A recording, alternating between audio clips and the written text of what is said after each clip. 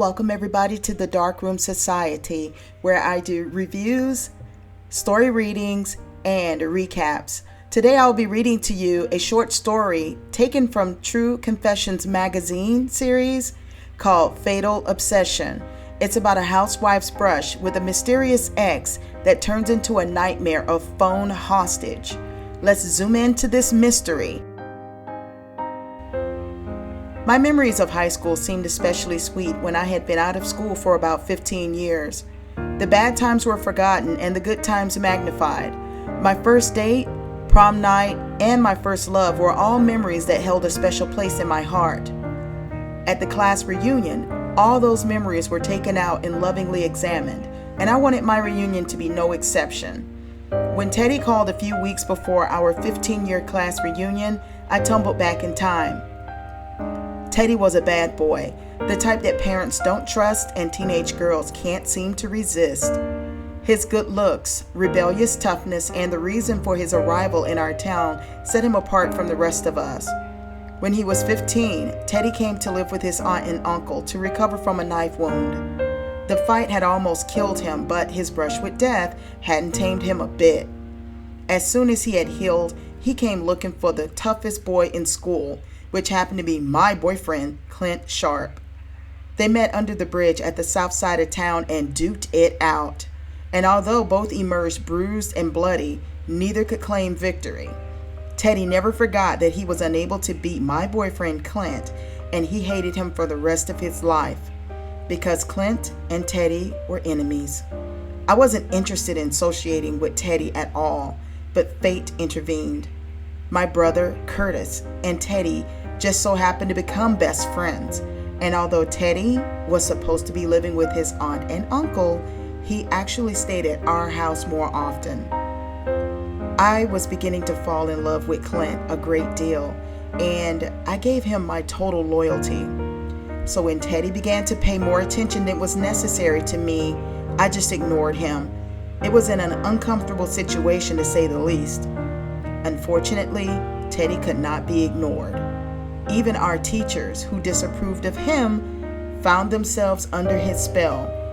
With little effort, he was an excellent student, and often there were times when he would recite from memory Shakespeare, Emily Dickinson, or Charles Dickinson. Students as well as teachers were mesmerized. He was a fascinating guy, I had to admit. A tough guy who had the potential to do anything he had desired. One weekend when Clint was out of town, I accepted a ride from Teddy. It never occurred to me that Clint might consider it a betrayal, or that Teddy would embellish the facts. But that's exactly what happened. Clint cruelly dumped me and broke my heart. And despite the fact that he had caused our breakup, Teddy never forgave Clint for his mistreatment of me. Gradually, Teddy slipped into my life, and before long, he had my head spinning with his kisses, poetry, and conversation that always seemed interesting because of the vast amount of information he had stored in his mind. Then, another man came into my life and changed my destiny forever. My husband, Robert, had always insisted that he married me to win a $5 bet. Maybe on the night we met. He and his friends saw me from across the room, and Robert bet that he could marry me, even though he didn't even know my name.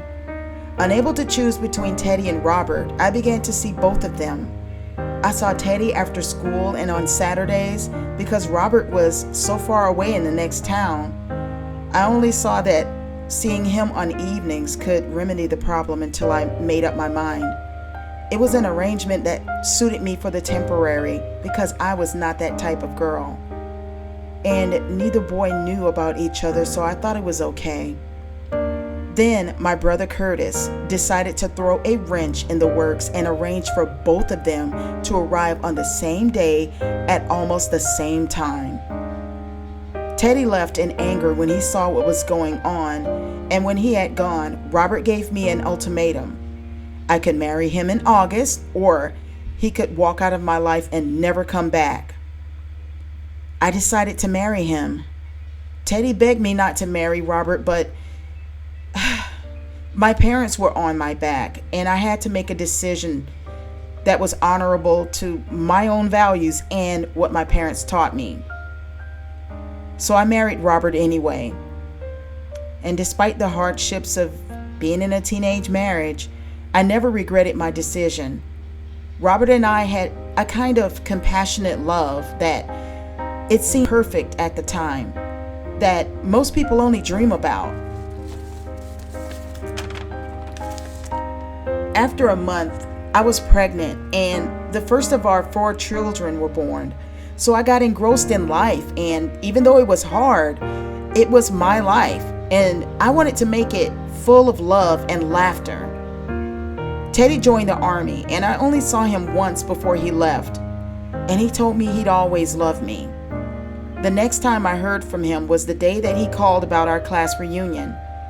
We talked for quite a while and we were reminiscing about things we'd done and people we'd known, and just catching up on old friends and the things that they were doing. When he hung up, I didn't expect to hear from him again, tell you the truth, and although I assumed I would see him at our reunion, I thought that was it, kaput. When he called again to find out some more information about the reunion, I thought nothing of it again. But the third time he called, I started to get suspicious and kind of figure out that the reunion was just an excuse. He began the conversation by telling me that he never gotten over me and he still loved me. I mean, I was shocked and surprised, but a little bit flattered for the moment. I was not trying to start that type of party. So he told me that he had been married and he had gotten a divorce, and one of the main reasons was that he named his daughter after me. And after he told his wife, she found life with an old guy and started seeing him and cheating on him and being terrible. So she left him. I mean, I felt awful with all this stuff he was dumping on me, but I just had to be honest and tell him the truth, that I was happily married and truly in love with my life, and I was happy with my family overall, and I didn't need any outside interlopers complicating matters, you know? I thought that would be the end of it, but oh boy, no, it was not. When I told him that he shouldn't call me anymore, and I appreciate him sharing, but I just couldn't get involved with what he had going on in his life like that. And he became angry and he just ignored everything I was telling him and just kept on talking. "Do you know what I do for a living?" he asked. "No," I replied, never dreaming that this reply would turn out to be a spiraling event into a horrible nightmare. "I'm a hitman," he said. I laughed, thinking it was a joke and thinking it was just totally crazy. "You don't believe me? Do you want me to prove it to you?" he asked. I stopped laughing. His voice had turned cold and hard, and suddenly, I had an awful feeling that he was telling me the truth. "I can prove it. I can send someone to visit you or tell you the name I go by. Then you'll know. Of course, that will mean the end of your family," he said. No, please. Look, don't tell me anything," I begged. "I don't want to know anything. I believe you, okay?" I was too stunned to do much more than just listen to him for the next couple of minutes and shake in fear. When I came to my senses, I just told him, "Do not call me again," and I hung up the phone on him. I did not care at that point. When it rang a few minutes later, I didn't answer it. I didn't even want to bother. And then I just decided I'm not going to answer the phone for the rest of the day. How about that? But the next day, life went on and I got busy with all kinds of stuff. And I totally forgot about our exchange. So I got caught off guard. In the middle of doing laundry, the phone rang and I absentmindedly picked it up. "Don't you ever hang up on me," he screamed as soon as I answered the phone. "If you do, I'll have Robert killed. You don't know what I'm going to do until it's too late. Maybe you will have an accident. Maybe one of your kids will have an accident. maybe someone gets poisoned. Oh no, look, do not hurt me or my kids or my husband, I pleaded. I felt an overwhelming terror. I didn't want to talk to him, but I had to. I had to keep him happy so he wouldn't hurt my family.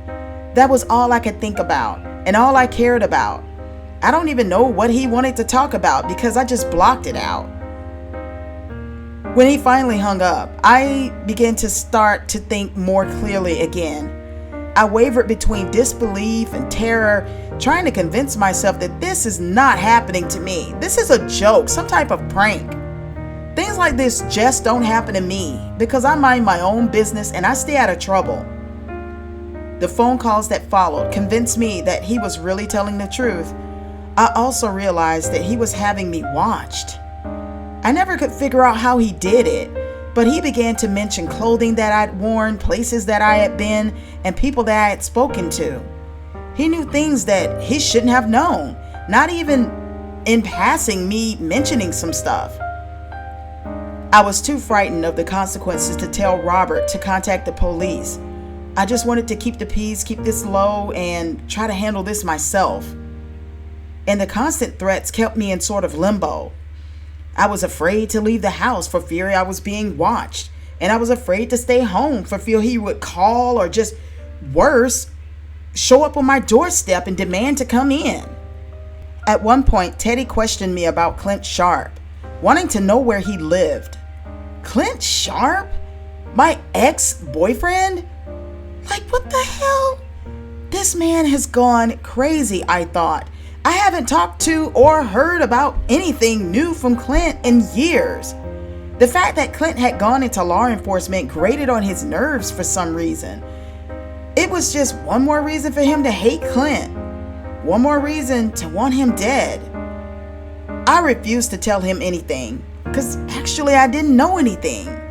I totally had to deflect like a politician would and just get him distracted talking about his ex-wife, because I didn't know what else to do. Maybe if he talked about that, he would forget about telling me any salacious details or his hitman life. The whole business made me sick. I had lost about 10 pounds since Teddy had began calling me and bothering me, harassing me and stalking me. I was nervous and upset all the time.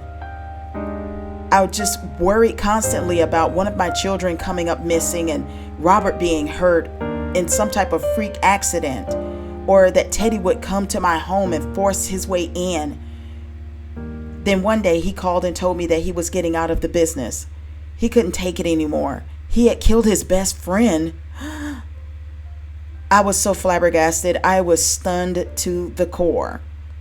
He hadn't wanted to do it, he said, but when he came down to it, it was either him or his own life. I felt sick to my stomach. I just wanted to throw up. I was so nauseous. But he seemed to need to talk about his friend. I did my best to tune him out to whatever he was saying. This was just so sinister and stomach-turning. After that, his phone calls were less frequent because his organization, I guess, had him on the run and he had to keep moving. He called me from many places, but I never knew exactly where he was. I really didn't want to know. And I begged him never to call me. I would just plead for him to just stop calling me and getting me involved in whatever he was doing. And for a short while, I was able to brainwash myself into thinking that it was all over because he hadn't called for several weeks. But turns out he had been staying with his sister, recovering from a gunshot wound. He was still on the run, but they were always just one step behind, as he said. All I hoped was that he would stay away from me and my family and just hopefully shortly leave me alone. So when vacation time rolled around, I was thrilled to get away. I could relax with my family knowing that they were safe with me, and Teddy wouldn't know where to find us. But time seemed to fly by, and soon we were right back at home. Teddy was furious that I had gone and began making more threats to get me scared. He wanted me to come and stay with him. And I didn't want to go. I didn't want to get involved with him other than just allowing him to brain dump on me to hopefully get it off of his chest and he'll leave me alone. I didn't want anything to do with him in a physical sense. So I just kept playing along and deflecting, because he would get so angry when I put up any type of resistance. And I would just pretend I agree with him to a certain extent. Every time he threatened me, I hoped that they would catch up to him and put an end to my nightmare, whether it was his rival hitman and assassins coming after him or law enforcement. I didn't care. Then came the day I will never forget as long as I live. It was a few weeks after we had gotten home from vacation and Robert came home unexpectedly early. One look at his face told me that something awful had happened. The FBI had called him and told him a foolish story. They told him I was planning to run off with another man, a man wanted for a lot of crimes. They also told him if I continued to contact this man, this fugitive, I would become an accomplice. They made it sound like I wanted to run off with Teddy and was willingly conspiring to get rid of Robert. Robert was angry, enraged, and in shock. He couldn't understand how I could have kept a secret like this from him. I told Robert the real story of how Teddy had threatened him and the children, and how Teddy seemed to know everything that I did, and how frightened I was, just frozen with fear. And I promised that I would never keep a secret like this from him. He knew that I had only done what I felt was right to protect our family, and he understood after a long couple of hours trying to convince him. We discussed everything out in the open, and I totally apologized for letting things get out of control. I profusely begged for his forgiveness and was hoping that we could move forward and figure things out. The next day, we decided to call the FBI and give our compliance. The agent told me that they had traced me through phone calls Teddy had made from an old house he lived in. They said that they were going to tap my phone, and if they could apprehend him before he did anything else, reckless or stupid, then my nightmare would be over. They also said if I continued to contact him independently, that would make me an accomplice and to stay away from doing anything like that. I had to hang up on him the next time he called, or else I would be put in handcuffs. If you've had my phone tapped before and you heard everything I said to him, you knew that he was threatening my family, and that's the only reason why I played along, I said to the agent. Yes, we know. They knew the truth of the situation, and yet they are giving my husband the impression that I was a willing participant. I was so enraged and pissed that the FBI would do this to me and my family. If this situation taught me anything, it was that there are a lot of cruel and insensitive people in the world, and sometimes they're supposed to be the good guys. If I hang up or just tell him not to call me anymore, you know he'll threaten my family. And then what? Is the FBI gonna spring out of my closet and stop him from hurting me if he shows up on my door? Like, what do you want me to really do? How can I have confidence that you guys are gonna have my back? I said, and I was boiling over with anger. You can tell him what I've told you before. Just hang up on him if he starts to threaten you. We'll take care of the rest, the agent said. After the FBI called, I was a basket case.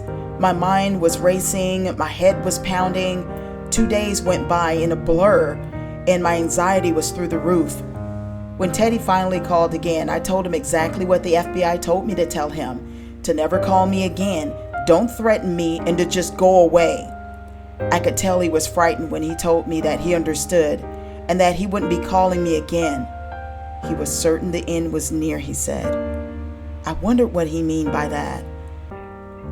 Was it that he was ready to die, like the notorious B.I.G. or something? I couldn't tell.